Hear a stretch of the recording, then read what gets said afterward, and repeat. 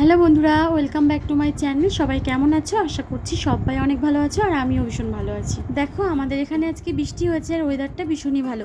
আর এখন বাগানে একটা শাক পাওয়া যায়, যেটা আমি তুলতে যাচ্ছি আর তোমাদের সঙ্গেও শেয়ার করব। এটা কী শাক?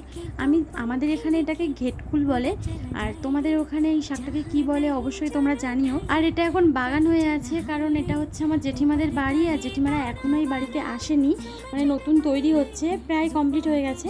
তো এই বাড়িটাতে এখনও আসবে না, পুরোটা কমপ্লিট করে তারপরে এই বাড়িটাতে আসবে, ওই জন্য এটা পুরো বাগান হয়ে আছে।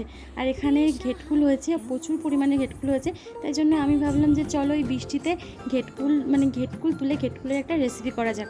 আর তোমাদের সঙ্গে আমি আজকে শেয়ার করবো। আর আমি কিন্তু এই প্রথম ঘেটকুল খাবো আজকে। জানো তো বন্ধুরা, আমাদের বাড়ির আশেপাশে কিন্তু এই ঘেটকুল প্রচুর পরিমাণে পাওয়া যায়, কিন্তু আমি কখনো খাইনি। তাই মাকে বললাম, মা বললো চল আজকে তুই তুলে এনে দে, আমি তোকে রান্না করে দেবো। আর সবাইয়ের মুখে আমি এত প্রশংসা শুনেছি, মানে ঘেটকুলের খুব ভালো টেস্ট, ঘেটকুল খেতে খুব ভালো লাগে, সবাই এমন করে আমার সঙ্গে গল্প করে না। তাই আমারও মনে হলো যে চলো আজকে আমি খেয়েই দেখবো। তাই জন্য আমি বাড়ির আশেপাশে থেকে অনেকগুলো ঘেটকুল তুলে এনেছি, আর তুলে এনে তারপর এগুলোকে আমি ধুয়ে দিচ্ছি, মানে মাকে পুরো রেডি করে দেবো কীভাবে কি রান্না করতে হয়, আমি নিজেও শিখে নেব। এখন আমি পাতাগুলোকে খুব ভালো করে ধুয়ে নিচ্ছি, কারণ পাতার মধ্যে পোকা অনেক কিছুই থাকতে পারে, ওই জন্য পাতাগুলোকে কিন্তু খুব ভালো করে ধুয়ে নিতে হবে। এত ভালো জিনিসটা আমি খাবো আর জ্বালা সহ্য করবো না, আমার হাত এত চুলকাচ্ছে তোমাদেরকে কি বলবো। ঘেটকুলে কিন্তু অনেক সময় গালও চুলকায়, কিন্তু তোমাদেরকে ঠিকঠাকভাবে রান্না করতে হবে, তাহলে কিছুই হবে না। আর দেখো, ঘেটকুলের যে ডাঁটিটা আছে এটা কিন্তু আমরা বাদ দিয়ে দেবো, পাতাটাই শুধু নেব, কিন্তু পাতার মাঝখানে যে ডাঁটিগুলো আছে এগুলোকেও কিন্তু বাদ দিয়ে দিতে হবে, এই শিরাগুলোকে বাদ দিয়ে দিতে হবে। এর মধ্যে থেকে শুধু পাতাগুলো নিলে অনেক ভালো হয়, কিন্তু আমাদের হাতে কম সময় ছিল বলে আমরা এইভাবেই নিয়ে সেদ্ধ করতে বসে দিয়েছিলাম। আর প্রথমে কিন্তু কড়াইয়ে জল দিয়ে জলটা খুব ভালো করে গরম করে নিয়ে তারপর ঘেটকুল পাতা দিয়ে ভাপ দিয়ে নিতে হবে। আজকে আমি তোমাদের সঙ্গে ঘেটকুলের এই রেসিপিটা শেয়ার করছি, অন্যদিন আমি তোমাদের সঙ্গে ঘেটকুল পাতার চপের রেসিপি শেয়ার করব। আর দেখো, ঢাকা দিয়ে একটু ভালো করে ভাপ দিয়ে নিতে হবে, ঢাকা দিয়ে একটু ভালো করে ভাপ দিয়ে নিয়েছি। এবার খুন্তি দিয়ে উল্টে দিয়ে আবারও একটু অন্য পিঠটা ভালো করে ভাপ দিয়ে নেব। আর বন্ধুরা, এই দেখো পাতাগুলো কিন্তু অনেকটাই কমে এসছে, এবার জল ঝরিয়ে তুলে নেব। শিলনোড়াতে বাটলে কিন্তু খুবই ভালো হয়, তোমরা চাইলে শিলনোড়াতে বেটে নিতে পারো।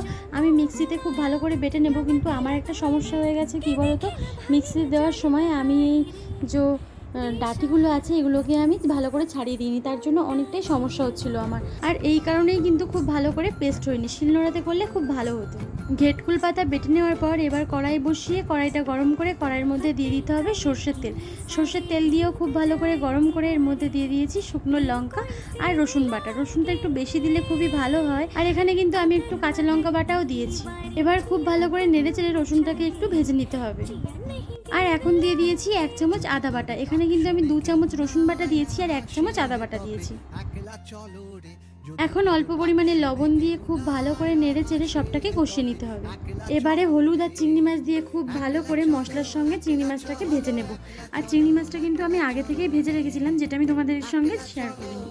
এখন এর মধ্যে দিয়ে দিচ্ছি জিরে গুঁড়ো দিয়ে আবারও খুব ভালো করে নেড়ে চেড়ে ভেজে নিতে হবে। আর মশলা কিন্তু এখন কষানো হয়ে গেছে, এবার ঘেটকুল পাতা দিয়ে খুব ভালো করে নেড়ে চেড়ে ভেজে নিতে হবে। এখন এর মধ্যে দিয়ে দিচ্ছি লঙ্কার গুঁড়ো দিয়ে এবারে নেড়ে চেড়ে খুব ভালো করে শাকটাকে ভেজে নেব। আর অনেকক্ষণ ধরে কিন্তু খুব ভালো করে নেড়ে চেড়ে ঘেটকুল পাতাটাকে ভেজে নিতে হবে। একটু সময় নিয়ে পাতাটাকে সুন্দরভাবে ভাজতে হবে, আর খেতেও কিন্তু ভীষণ টেস্ট হয়। আর এখন দিয়ে দিচ্ছি এর মধ্যে অল্প পরিমাণে চিনি দিয়ে আবারও নেড়ে চেড়ে খুব ভালো করে ভেজে নেব। আর বন্ধুরা, এখন কিন্তু রেডি হয়ে গেছে, আর দেখতেই পাচ্ছ ভাজতে ভাজতে কতটাই কমে এসছে, আর খেতেও কিন্তু বেশ ভালো ছিল। রেসিপিটা অবশ্যই তোমরা ট্রাই করো। সবাই ভালো থেকো, বাই।